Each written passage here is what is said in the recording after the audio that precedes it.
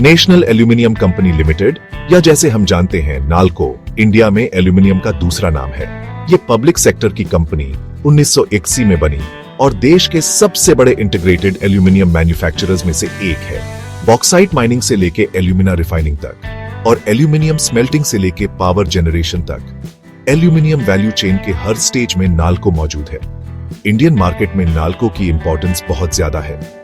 ये domestic aluminium production में बहुत बड़ा योगदान देता है और देश की बढ़ती हुई इस वर्सेटाइल मेटल की डिमांड को पूरा करने में इंपॉर्टेंट रोल निभाता है। मार्केट में कंपनी की स्ट्रॉन्ग प्रेजेंस और इंटीग्रेटेड ऑपरेशंस इसे इंडियन एल्यूमिनियम सेक्टर का की प्लेयर बनाते हैं। लेकिन नाल्को की कहानी सिर्फ साइज और स्केल की नहीं है।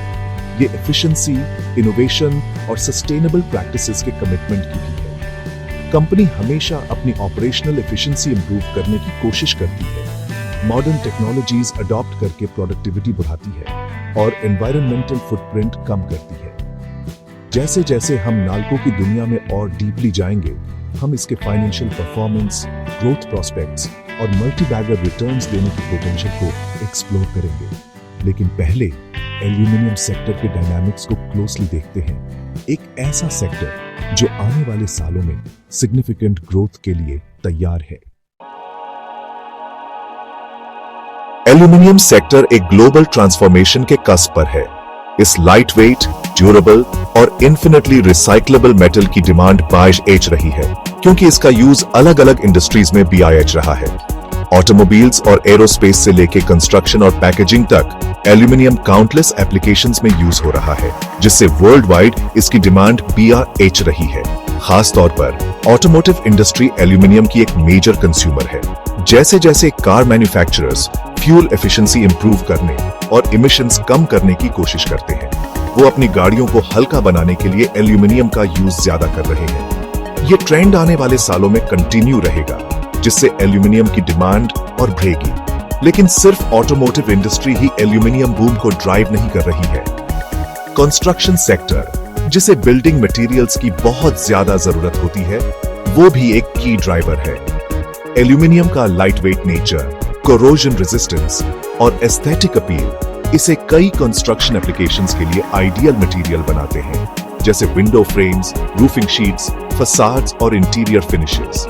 जैसे जैसे ग्लोबल पॉपुलेशन भी आज रही है और अर्बनाइजेशन तेजी से कंटिन्यू हो रहा है, हाउसिंग और इंफ्रास्ट्रक्चर की डिमांड भी बढ़ेगी। इससे एल्यूमिनियम की डिमांड बढ़ेगी और पूरे एल्यूमिनियम सेक्टर पर पॉजिटिव रिपल इफेक्ट पड़ेगा। और नाल्को अपने इंटीग्रेटेड ऑपरेशंस और स्ट्रॉन्ग मार्केट प्रेजेंस के साथ इस ग्रोथ का फायदा उठाने के लिए अच्छी पोजीशन में है। किसी कंपनी की पोटेंशियल को समझने के लिए हमें इसके फाइनेंशियल्स को डीपली एनालाइज करना होगा। नाल्को के लिए इसका मतलब है इसके रेवेन्यू स्ट्रीम्स को डाइसेक्ट करना और प्रॉफिटेबिलिटी को इवैल्यूएट करना। हम एक ऐसी कंपनी देखना चाहते हैं जो सिग्निफिकेंट रेवेन्यू जनरेट करे और उस रेवेन्यू को अच्छे प्रॉफिट्स में कन्वर्ट भी करे।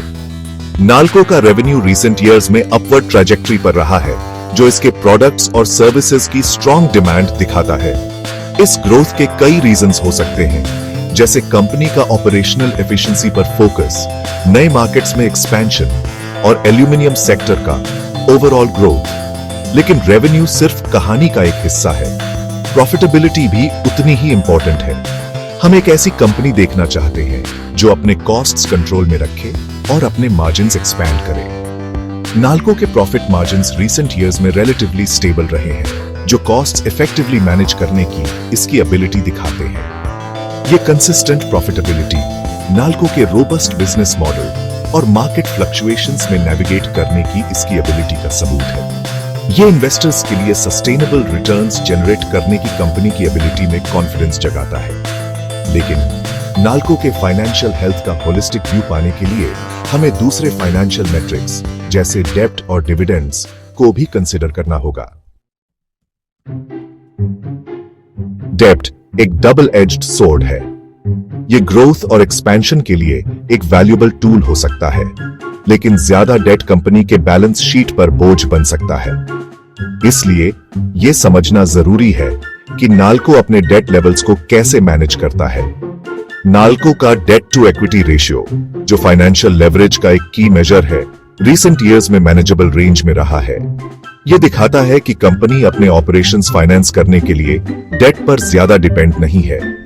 यह फाइनेंशियल मैनेजमेंट के बैलेंस्ड अप्रोच को सजेस्ट करता है। हेल्थी डेट प्रोफाइल मेंटेन करना किसी भी कंपनी की लॉन्ग टर्म सस्टेनेबिलिटी के लिए जरूरी है। इससे फाइनेंशियल फ्लेक्सिबिलिटी मिलती है, जिससे कंपनी ज्यादा इंटरेस्ट पेमेंट्स के बर्डन के बिना ग्रोथ अपॉर्चुनिटीज परस्यू कर सकती है। नाल्को का प्रूडेंट डेट मैनेजमेंट एक पॉजिटिव साइन है, जो फाइनेंशियल स्टेबिलिटी के प्रति इसके कमिटमेंट को दिखाता है। लेकिन डेट पजल का सिर्फ एक पीस है। इन्वेस्टर्स के लिए नाल्को की ओवरऑल अट्रैक्टिवनेस को असेस करने के लिए हमें दूसरे फैक्टर्स जैसे डिविडेंड पेआउट्स को भी कंसिडर करना होगा। एक कंपनी जो ग्रोथ और शेयर होल्डर रिटर्न्स को बैलेंस कर सकती है, उसे मार्केट फेवरेबली देखता है। डिविडेंड को समझना, इसमें इन्वेस्टर के लिए क्या है? डिविडेंड कंपनीज के लिए शेयर होल्डर्स के साथ अपने प्रॉफिट्स शेयर करने का एक टैंजिबल तरीका है। इन्वेस्टर्स के लिए डिविडेंड्स इनकम का एक स्टेडी स्ट्रीम रिप्रेजेंट करते हैं, जो उन्हें अट्रैक्टिव बनाता है। नाल्को का डिविडेंड्स पे करने का एक कंसिस्टेंट ट्रैक रिकॉर्ड है, जो शेयर होल्डर्स को उनके ट्रस्ट और इन्वेस्टमेंट के लिए रिवॉर्ड करता है। कंपनी का डिविडेंड यील्ड, जो शेयर प्राइस के रिलेटिव इसके डिविडेंड पे आउट का मेजर है, इंडस्ट्री में कंपेटिटिव रहा है। यह दिखाता है कि नाल्को अपने इन्वेस्टर्स के साथ प्रॉफिट शेयर करने के लिए कमिटेड है और साथ ही अपने ग्रोथ में रीइन्वेस्ट भी कर रहा है। Consistent dividend pay out policy अक्सर फाइनेंशियल स्ट्रेंथ और स्टेबिलिटी का साइन मानी जाती है। यह सजेस्ट करता है कि कंपनी को अपनी फ्यूचर अर्निंग्स पोटेंशियल पर कॉन्फिडेंस है और वो अपनी सक्सेस शेयर होल्डर्स के साथ शेयर करना चाहती है। रेगुलर इनकम चाहने वाले इन्वेस्टर्स के लिए नाल्को का डिविडेंड हिस्ट्री इसे एक अट्रैक्टिव ऑप्शन बनाता है। लेकिन डिविडेंड यील्ड सिर्फ एक मेट्रिक है जिसे कंसिडर करना है।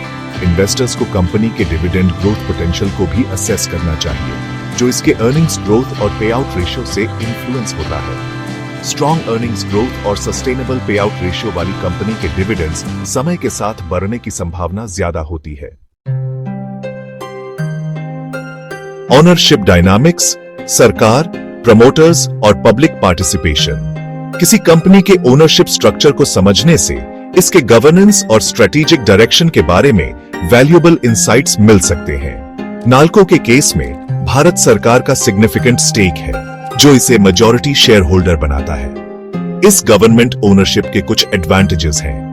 इससे नाल्को को स्टेबिलिटी और गवर्नमेंट सपोर्ट मिलता है, जो खास तौर पर इकोनॉमिक अनसर्टेनिटी के समय बेनिफिशियल हो सकता है। इसके अलावा ये नेशनल इंटरेस्ट्स और डेवलपमेंट गोल्स पर फोकस इंश्योर करता है। लेकिन गवर्नमेंट ओनरशिप के अपने चैलेंजेस भी हैं। इससे कभी-कभी ब्यूरोक्रेटिक हर्डल्स और स्लो डिसीजन मेकिंग प्रोसेसेस हो सकते हैं। साथ ही पॉलिटिकल इंटरफेरेंस की कंसर्न्स भी हो सकती है, जो कंपनी के स्ट्रेटेजिक डायरेक्शन को इंपैक्ट कर सकती है।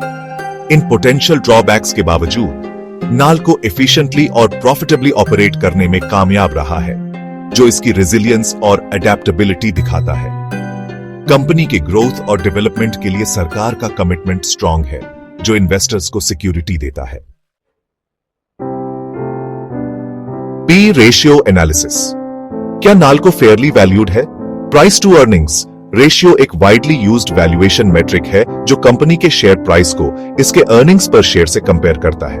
इससे इन्वेस्टर्स को समझने में मदद मिलती है कि वो कंपनी की अर्निंग्स के हर रुपए के लिए कितना पे कर रहे हैं।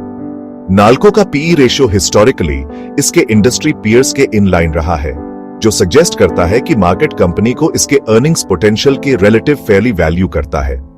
लेकिन कोई भी इन्वेस्टमेंट डिसीजन लेने से पहले दूसरे फैक्टर्स जैसे कंपनी के ग्रोथ प्रोस्पेक्ट्स और इंडस्ट्री आउटलुक को कंसिडर करना जरूरी है।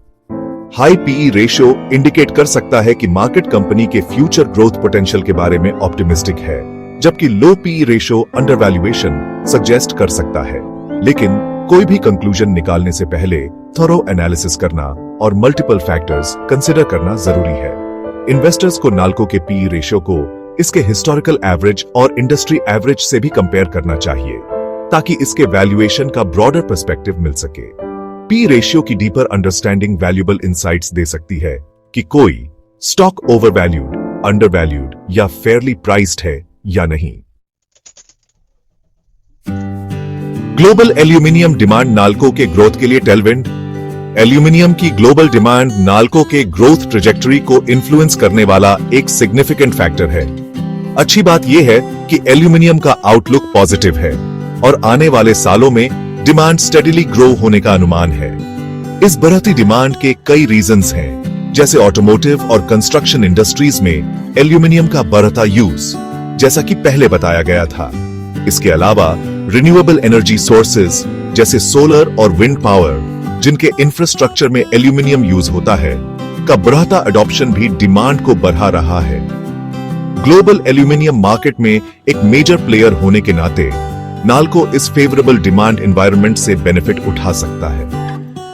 कंपनी का स्ट्रेटेजिक लोकेशन, इंटीग्रेटेड ऑपरेशंस और कॉस्ट कंपेटिटिवनेस इसे इन इमर्जिंग अपॉर्चुनिटीज का फायदा उठाने के लिए अच्छी पोजीशन में रखते हैं। लेकिन एल्यूमिनियम इंडस्ट्री की इनहेरेंट सिक्लिकलिटी को एक्नॉलेज करना इंपॉर्टेंट है। प्राइसेस ग्लोबल इकोनॉमिक कंडीशंस और सप्लाई डिमांड डायनामिक्स के बेस्ड फ्लक्चुएट कर सकते हैं। इसलिए नाल्को को इन मार्केट वॉलेटिलिटीज में इफेक्टिवली नेविगेट करने के लिए एजिल और अडेप्टेबल रहना होगा। मल्टीबैगर पोटेंशियल, क्या नाल्को 2025 तक डिलीवर कर सकता है? सबके मन में यह सवाल है, क्या नाल्को 2025 तक मल्टीबैगर रिटर्न्स दे सकता है? यह एक ऐसा सवाल है जिसके लिए कई फैक्टर्स जैसे कंपनी का फाइनेंशियल परफॉर्मेंस, ग्रोथ प्रोस्पेक्ट्स और ओवरऑल मार्केट सेंटिमेंट पर केयरफुली कंसिडरेशन जरूरी है। नाल्को के फेवर में कई फैक्टर्स हैं। इसकी strong market position, integrated operations और कॉस्ट एफिशिएंसी पर फोकस ग्रोथ के लिए सॉलिड फाउंडेशन देते हैं। कंपनी के कंसिस्टेंट डिविडेंड पेमेंट्स और शेयर होल्डर वैल्यू के प्रति कमिटमेंट इसके अपील को बढ़ाते हैं। इसके अलावा अलग अलग सेक्टर्स से बढ़ती डिमांड की वजह से ग्लोबल एल्यूमिनियम मार्केट का पॉजिटिव आउटलुक नाल्को के फ्यूचर प्रोस्पेक्ट्स के लिए अच्छा है। कंपनी के स्ट्रेटेजिक इनिशिएटिव्स जैसे कैपेसिटी एक्सपैंड करना और प्रोडक्ट पोर्टफोलियो एनहांस करना इसके ग्रोथ पोटेंशियल को और मजबूत करते हैं। लेकिन किसी भी इन्वेस्टमेंट से जुड़े इनहेरेंट रिस्क्स और चैलेंजेस को एक्नॉलेज करना जरूरी है। मार्केट वॉलेटिलिटी, रेगुलेटरी चेंजेस और ग्लोबल इकोनॉमिक कंडीशंस सब नाल्को के परफॉर्मेंस को इंपैक्ट कर सकते हैं। इन्वेस्टर्स को कोई भी इन्वेस्टमेंट डिसीजन लेने से पहले इन फैक्टर्स को केयरफुली वेई करना चाहिए।